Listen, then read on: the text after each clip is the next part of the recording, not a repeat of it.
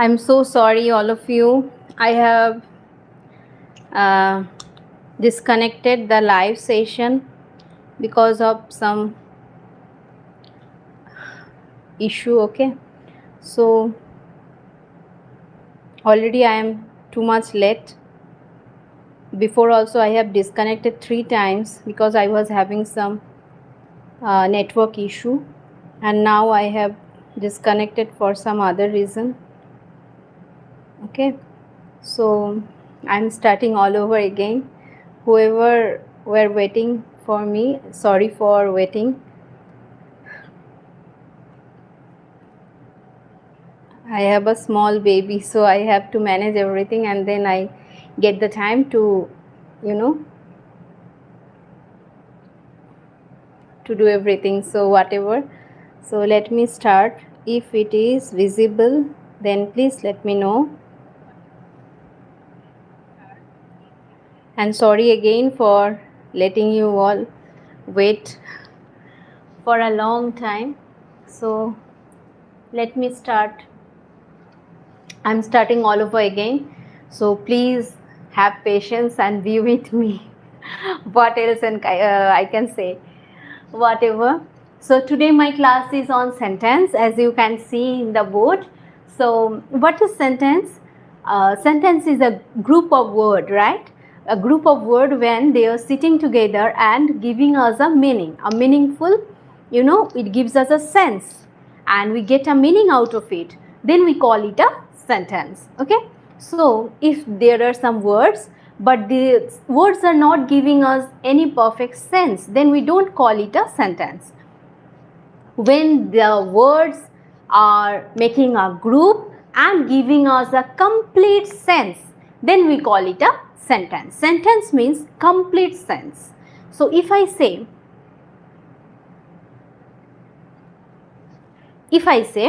in the market, okay, so in the market you can get a sense but not complete, right? So this is not a sentence, it is a phrase which gives us half sense, not complete. So if I say I am going to the market, then the sentence is complete. So I am going to the market. Now the sentence is complete. You are getting a sense that I am going to market. So sentence means what gives us a complete sense, complete meaning. Here you can see rose is a beautiful flower. Here from this sentence there are 1, 2, 3, 4, 5 words. Now all the words are sitting together in a perfect sequence and giving us a meaning. Rose is a beautiful flower. So we are getting a sense out of it. So this is a sentence. Now you already know sentence is subdivided into 4 parts. That is assertive sentence or declarative sentence. Even it is called as statement type of sentence. So here you can see assertive sentence. Okay. So it is also known as declarative sentence or statement type of sentence. So what is assertive sentence? When we assert something, we tell something, we state something to someone.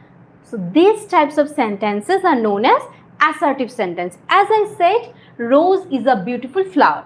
So I am just stating that rose is a very beautiful flower. So this is a statement. This is assertive type of sentence or declarative type of sentence. So I am declaring something, I am stating something, or I am asserting something. So these types of sentences are known as assertive sentence. After the assertive sentence, we use a full stop. Okay, complete. That's why full stop. Next comes, you can see imperative sentence. Now, what is imperative sentence?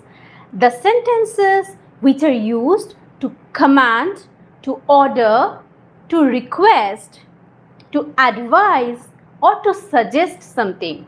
These types of sentences are known as imperative sentence. Okay, so when we are commanding, we are ordering, come here, or we say please give me a pen, or we say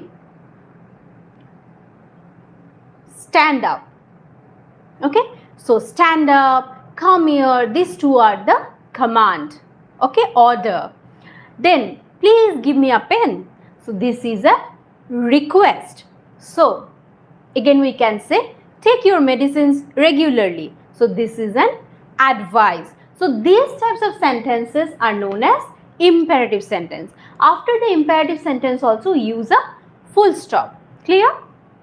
Next I am coming to interrogative sentence. As you can see. Now what is interrogative sentence? The type of sentences which are used to ask something. Okay, to inquire, to ask, to query. So these types of sentences are known as interrogative sentences. So after the interrogative sentences we use question mark. Clear? So for example, where are you going? So I am asking, how are you? Again I am asking, where is your house? I am asking something. So these all are interrogative type of sentences. Okay. The last one is exclamatory sentences. So in exclamatory sentences we use this sign at the end. Okay. Now this is the sign, just the opposite of I. Okay. The sign is just the opposite of I. Now when we use the exclamatory sentence, when we are excited, when we are very happy or we are very sad, so we want to express our feeling. Now when we talk we can express it like wow. So this is an expression of being too excited, surprised. So I am just saying wow. So you are understanding that I am very excited. But when I am writing, how can I let you know that I am very excited? So at the time, after the word wow, I will give this sign, exclamatory sign. And after reading it, you will come to know that I am very excited. And so this type of sentences are known as exclamatory sentences. For example, wow, what a beautiful flower. So that means the flower is very beautiful, right? So that's why we can use this exclamatory mark to let everyone understand. Clear? Now you know about the different types of sentences: assertive, imperative, interrogative and exclamatory. Now that is all okay. I have already made a video on this part of the grammar. Okay, that is sentence and its subdivisions. So I have already made a video. You can go through that video in my YouTube channel. But today my topic is something different. What is it? Sentence is subdivided into two parts, that is subject and predicate. Now you already know a sentence is a group of words. Now in this sentence there is a subject and also predicate. Now which one is subject and which one is predicate? Which one we call as the subject and which one we call as the predicate? We have to know. So at first we will know the definition. What is a subject? So let us know what is a subject. Now the part which name the person or thing in a sentence. So the part of sentence which tells us about the name of a person or a thing. For example, here you can see rose is a beautiful flower. I have already written rose is the subject and the rest part is the predicate. Now why rose is the subject? Because in this sentence the word rose is the name of the thing, that is the flower, isn't it? So in this sentence we are talking about what? About rose.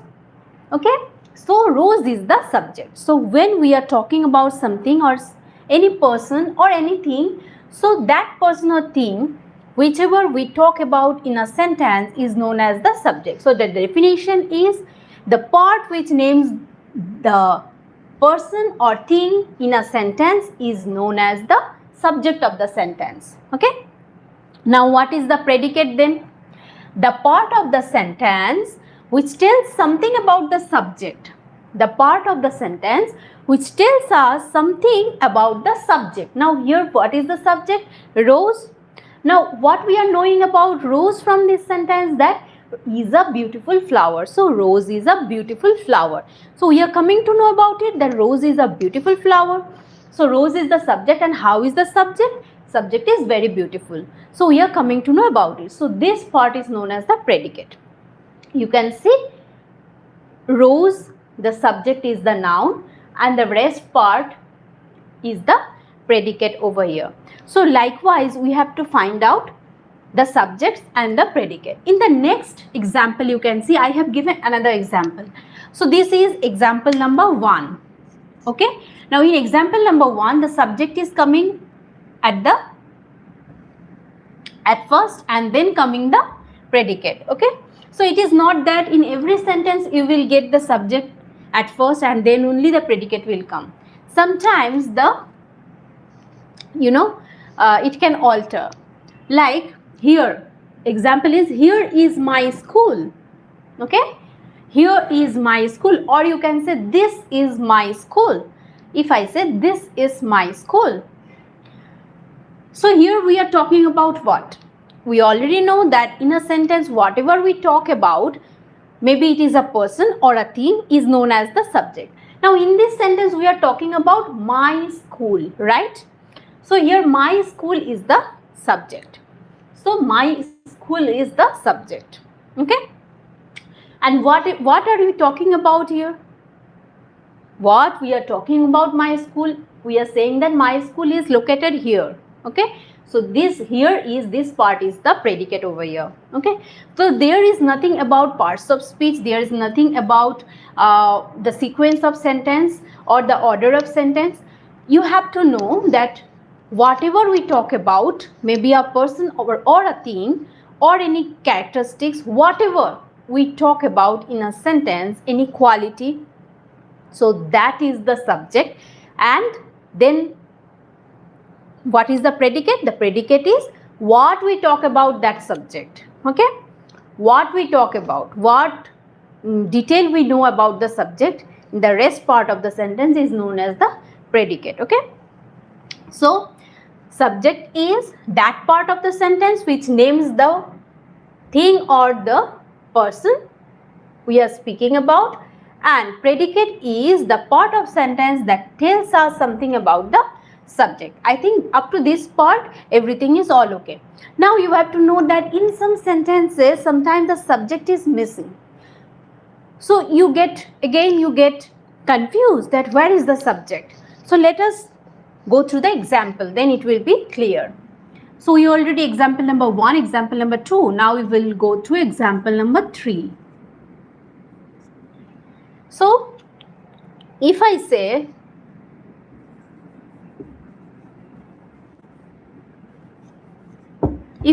stand up, what type of sentence is this? Just now I say that this is an order, right? Stand up, as the teacher tell you in the class. Stand up. So this is an order. Okay. Now in this sentence you can see stand up, but whom I am speaking to whom the order is given to stand up, we don't know, because the subject is missing over here. We don't know which is the subject. Stand up is the command, the order we are giving. Okay. So maybe there is a subject. So you stand up. If I say you stand up, you stand up. If I say, that means I am telling about you, that person I am referring to as you. So you is the subject, but here the subject is missing. Okay. So if I put you over here, then the sentence get complete. You stand up, or stand up, you, then you is the subject. I am talking about whom? About you in this sentence. Okay. Now what am I talking about? What I am saying? That stand up. So this is the predicate. So stand up is the predicate. Now you can see you is the subject and stand up is the predicate. But here in this sentence, this part is missing. Okay. Now you have to remember that in the imperative type of sentences, what happens? As command are given, we request, or we advise. So in these types of sentences, sometimes we don't use the subject. We just go on with the predicate. Okay, so you have to remember that in imperative types of sentences sometimes the subject is missing, but you have to remember that the subject is there, it is just omitted, okay, while talking or while writing. So up to this, I think you understood how to find out the subject of a sentence and how to find out the predicate of the sentence. In a sentence, the person or thing mentioned is known as the subject, and about that person or thing whatever we say is the predicate. Okay, clear from here? So now I will go to the grammar part. Everything is clear, everyone can see?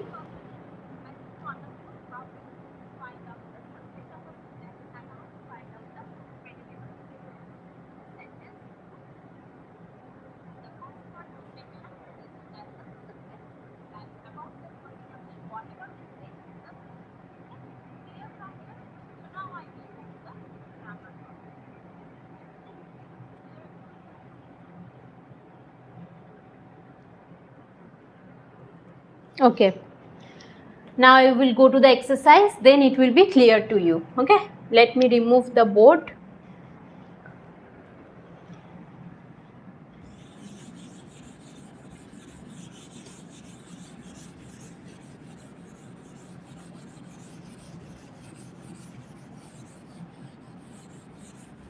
I will do the exercise from a grammar book, okay, so that you too can practice it.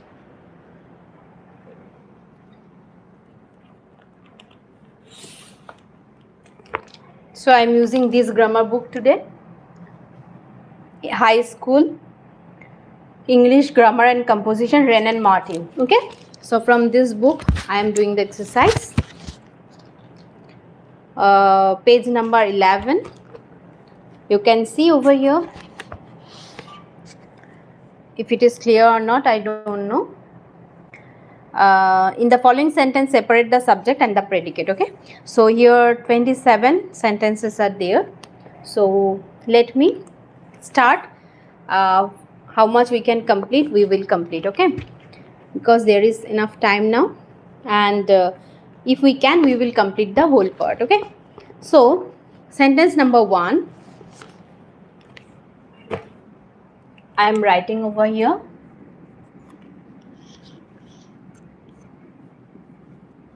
The cackling, it is visible, the sentence is visible, of geese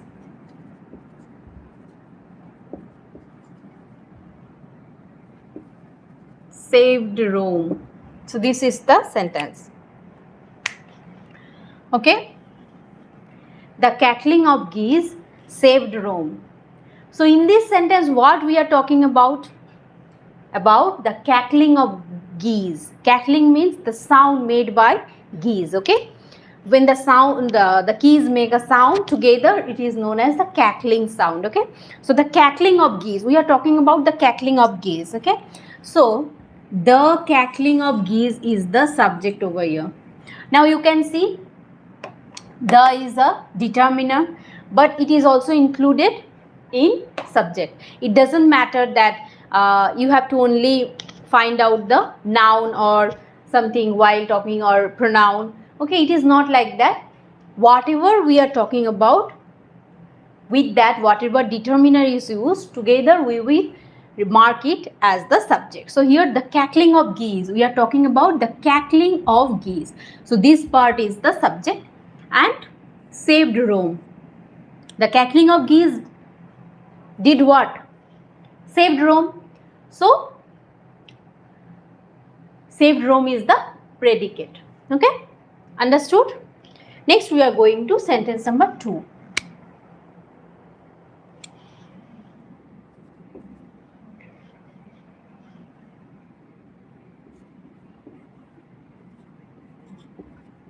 The boy stood on the